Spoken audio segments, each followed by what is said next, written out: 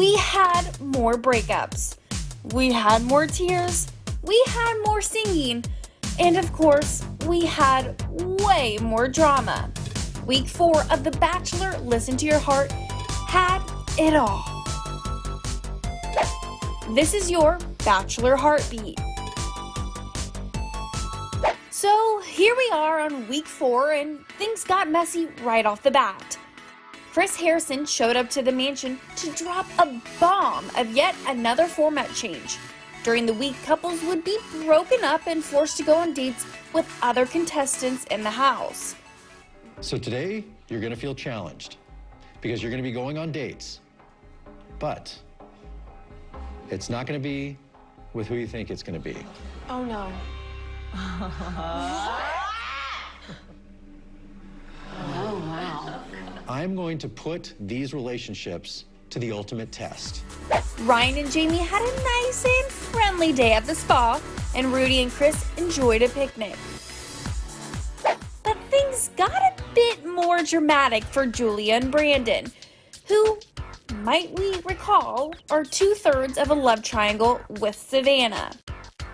The pair spent the day writing music, of course, and Julia ended up confessing that she wanted to pursue a relationship with Brandon in lieu of Sheraton. This is the best first date I've ever had in my entire life.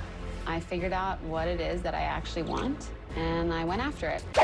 Due to the revelation that we all saw coming, Sheraton ended up hitting the road. You're seriously just gonna, walk away after that? Julia, what am I supposed to do at this point? You just told me you don't think you can do this with me. Okay, that's fine. No, what else could I do? To hear you say you don't think you can do this with me. I've done my best. I've done what I can. I've put myself out there, and clearly it's not enough. And Savannah soon followed after. I want the kind of love that, it keeps you up at night. And you just feel like you're just absolutely incomplete without the other person. That's the kind of love that I look for. I just thought that we could grow into it. So you'd think everything would be good to go now that Julia and Brandon only have eyes for each other. But alas, it was quite the opposite. Right before the couples were set to perform in front of former Bachelorette Rachel Lindsay and her hubby, and recording artists Andy Grammer and Tony Braxton, Natasha reignited the whole Julia-Brandon uncertainty by telling Julia that Brandon had admitted to preferring Savannah had stayed. I was like, what would you have done if she said, I'm gonna stay, And he was like, I probably would have stayed with her. And things just went downhill after that. When Julia and Brandon took the stage, it was obvious that something was missing between the pair, and the judges ultimately sent them home. I wish I could go back and choose Sheridan. I came here to find a genuine connection, and Brandon just kept disappointing me. I'm definitely done with him. Natasha did warn us that every week would get crazier and crazier.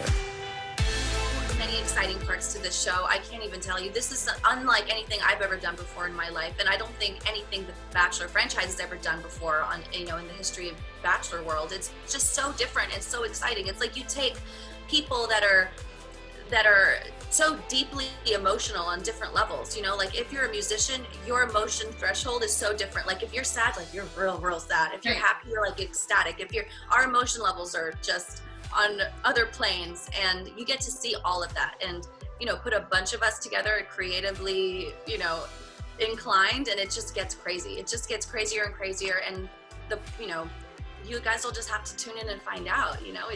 It's super exciting. I'm so honored to be a part of it, and who knows what will happen.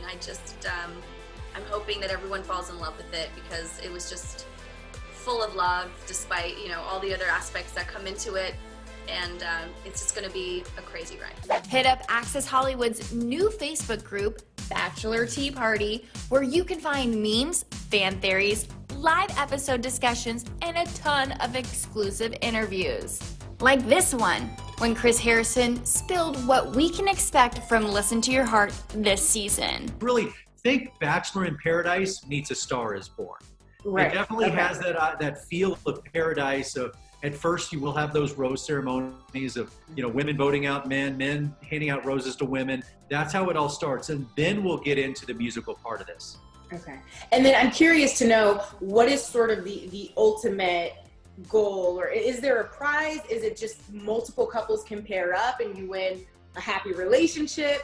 No, the idea is we're going to have one couple come out of this. Hopefully we'll have multiple couples, but one ultimate winning couple. Okay. And the idea is, as I tell the contestants on day one, it's to have it all. You all want love. You all want a music career. You're not here for one or the other. You're here for everything. Could be created to where you get it all. That's the goal. And one couple hopefully will leave this with everything.